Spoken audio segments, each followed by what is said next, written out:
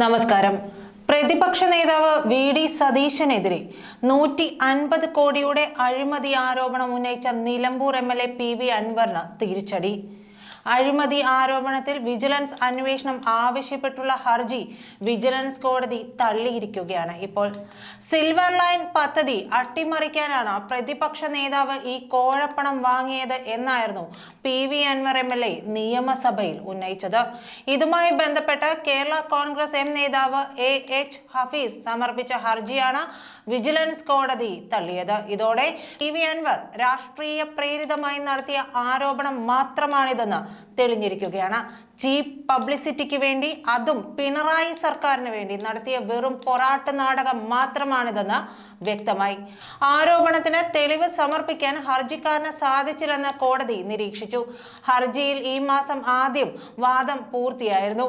കേസെടുക്കുന്നതുമായി ബന്ധപ്പെട്ട് സർക്കാരിന്റെ മറുപടി ലഭിക്കുന്നതിനാണ് വിധി പറയുന്നത് ഇന്നത്തേക്ക് മാറ്റിവെച്ചത്. കേരയിൽ പദ്ധതി അട്ടിമറിക്കാൻ വി.ഡി. സതീശൻ അന്തർ സംസ്ഥാന ലോബികളിൽ നിന്നും കൈക്കൂലി വാങ്ങിയതായി നിലമ്പൂർ എം.എൽ.എ. പി.വി. അൻവർ നിയമസഭയിൽ ആരോപണം ഉന്നയിക്കുകയായിരുന്നു. ഇതിൽ അന്വേഷണം ആവശ്യപ്പെട്ട് കവടിയാർ സ്വദേശിയായ ഹഫീസാണ് വിജിലൻസ് ഡയറക്ടറെ സമീപിച്ചത്. വിജിലൻസ് അന്വേഷണം നടത്താതെ വന്നതോടെയാണ് പരാതിക്കാരൻ കോടതിയെ സമീപിച്ചത്. ഹർജിയിൽ ഒരു അന്വേഷണത്തിന്റെയും ആവശ്യമില്ലെന്ന് വിജിലൻസ് അഭിഭാഷകൻ കോടതിയെ അറിയിച്ചിരുന്നു. പരാതിയുമായി ബന്ധപ്പെട്ട വിജിലൻസ് അന്വേഷണം നടത്തിയിട്ടില്ല. പി.വി. അൻവർ എം.എൽ.എ. ആരോപണം ഉന്നയിച്ചത് നിയമസഭയിലാണ്. പരാതിക്കാരന് മാധ്യമ വാർത്തകളല്ലാതെ മറ്റ് വിവരങ്ങളില്ല. തിരഞ്ഞെടുപ്പ് ഫണ്ടിന് വേണ്ടിയാണ് കോർപ്പറേറ്റുകളിൽ നിന്ന് പണം വാങ്ങിയതെങ്കിൽ അത് തിരഞ്ഞെടുപ്പ് കമ്മീഷനാണ് അന്വേഷിക്കേണ്ടത്. അതിനും തെളിവില്ല. അതിനാൽ ഈ കേസിൽ അന്വേഷണത്തിന്റെ ആവശ്യമില്ല.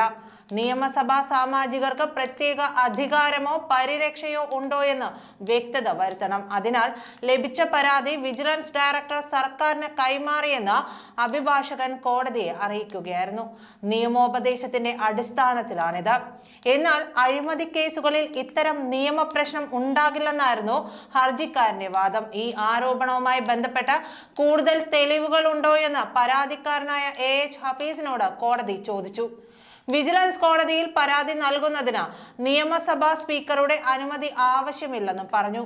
അൻവറിന്റെ ആരോപണത്തിൽ അഴിമതി നിരോധന നിയമപ്രകാരം കേസെടുക്കണമെന്നായിരുന്നു പരാതിക്കാരന്റെ ആവശ്യം.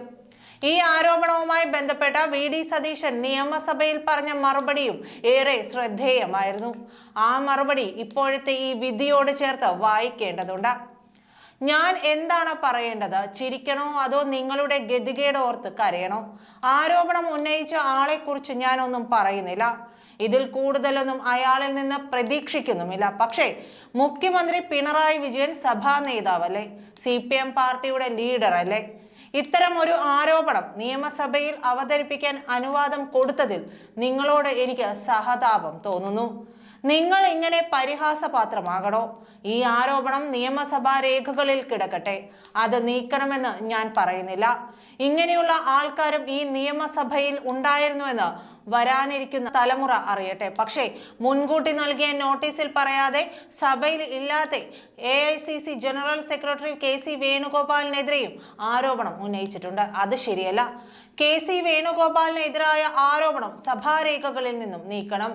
ഈ ആരോപണത്തിനൊക്കെ എന്തു മറുപടിയാണ് പറയേണ്ടത്?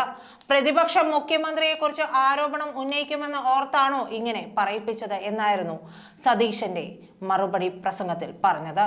നന്ദി.